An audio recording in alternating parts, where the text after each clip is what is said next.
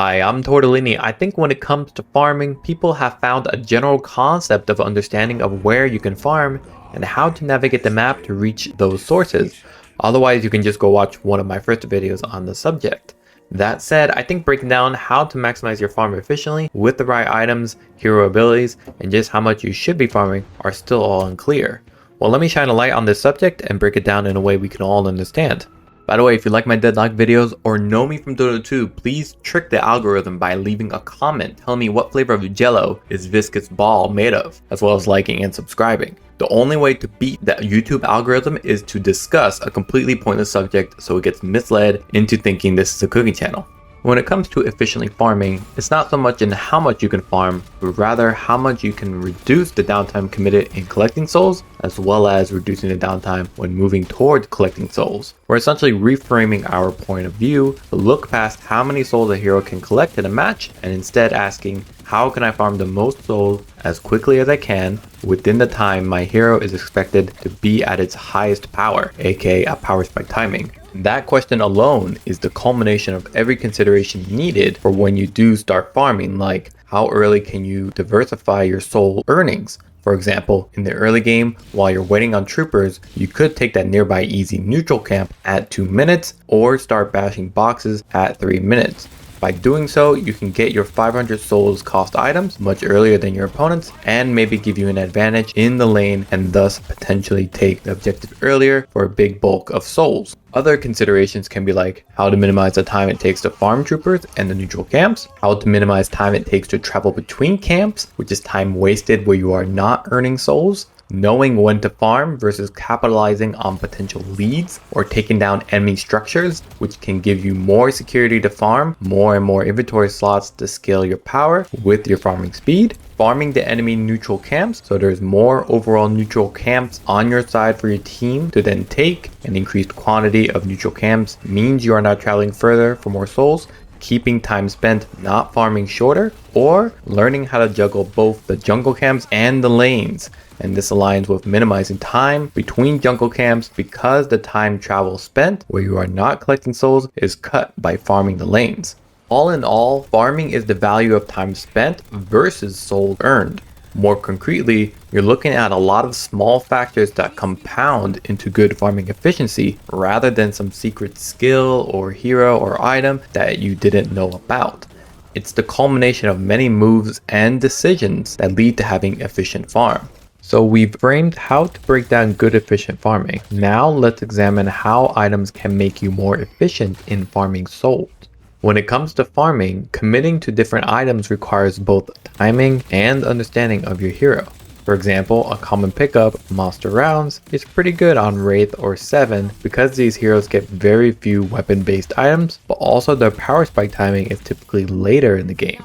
Thus, you get a lot of value from Monster Rounds. When you read what Monster Rounds offers, you need to interpret how it contributes to your farm.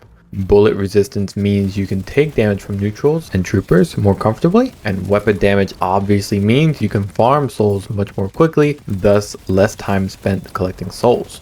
Another item that is popular is toxic bullets on Infernus, as Infernus can cause the enemy to bleed and take afterburn spirit burn damage with practically the same amount of bullets. So when you are trying to farm with Infernus, you don't blow all your bullets finishing off troopers, but rather shoot one target to trigger the bleed and burn before moving on to your next trooper or neutral. What's really cool is that Infernus also grabs duration extender to extend how long the burn and bleed continue to deal damage so he can reload his magazine and keep the effects going with just one bullet. Again, this means you can thus farm souls much more efficiently and thus less time spent collecting souls. It also means you can farm hard neutral camps and thus get more souls with even less time spent. Larger items like Ricochet at 6200 souls also helps heroes like Haze farm very quickly, as she can then spread her fixation effect on enemies, thus deal more damage. But these larger items also means you understand the game will last long enough for you to reach it, and you can stay disciplined and focused on acquiring it in a timely manner. In other words, when you decide to stop farming to take an objective or a fight, You recognize the trade-off in terms of committed time. If you take a fight and it doesn't yield any kills, or you don't get an objective, that is souls you could have had when farming. It's a trade-off and a decision you have to weigh and determine by your own game instinct. So those are about items that help you quickly defeat neutral camps and troopers for souls. And on the flip side here, we have items that reduce the downtime you spend either moving between lanes or neutral camps or waiting to reload. That's just as important because you are wasting time again not collecting souls. I think sprint boots is a given, but also, for example, fleet foot is a really common item on Mon Krill because combined with burrow, you move fast to your next neutral camp. Rapid rounds on Haze or Infernus means that they have some sprint speed to reach camps faster, but also it provides fire rates for you to lay down your damage effects earlier. Having to reload is another factor in your downtime, and instant reload is an item mechanic we see on a lot of heroes like Haze and Wraith, who can deal damage very quickly but run out of ammo just as fast. The item active reload keeps your downtime of not farming souls at a minimum while giving you the survivability necessary to stay on the map longer and not have to delay your farming with needed health regeneration. Alternatively, having items like Torment Pulse and melee items such as Melee Lifesteal and Spirit Strike means you can still deal damage to targets even while you are reloading, and sometimes it can even be faster to destroy neutral camps than your bullets. The trick to reducing your downtime when farming revolves around two key points. One, the map maneuverability. If you are not jump dashing and wall jumping across the map to reach your destinations faster, or say for example using the teleporters to farm both hard neutral camps quickly, then you aren't fully utilizing the map to your advantage. Sliding especially gives you unlimited ammo, so jump dashing into sliding to hit troopers as you arrive may seem needlessly pointless, but as I mentioned, these small techniques compound into an overall efficiency that other players in the game are not doing. Now number two, the second point, is following the flow of the map. If you are just mindlessly hopping between neutral camps, then you aren't minimizing your downtime. The way the neutral camps are spread are complementary to the lanes and troopers that are nearby. If you see a lane starting to push back on your side of the map, then adjust your farming direction to eventually land on that lane as the trooper wave reaches you. You want to find yourself constantly bouncing between jungle camps as they respawn, while also pushing back trooper waves as they reach your side of the map. This reduces downtime where you are not farming and maintains your farming effective speed, as troopers provide similar value per unit to medium neutral camp as the match progresses. We mentioned a bit about hero abilities when talking about items, but we didn't fully dive in about heroes and their relationship with farming. For example, as you probably know, some heroes are naturally better at farming than others. Heroes like Dynamo just don't clear troopers as quickly with his weapon, and he requires maxing out rejuvenating aura to be able to farm neutral camps effectively. Knowing this, you can expect to play the hero more around teamfights, and thus his pace of earning souls may be slower, thus his itemization is much smaller in scope. While Dynamo can take a long time to start taking neutral camps, 7 farms very well and much earlier due to his skills like Power Surge, giving him the ability to clear out units very fast.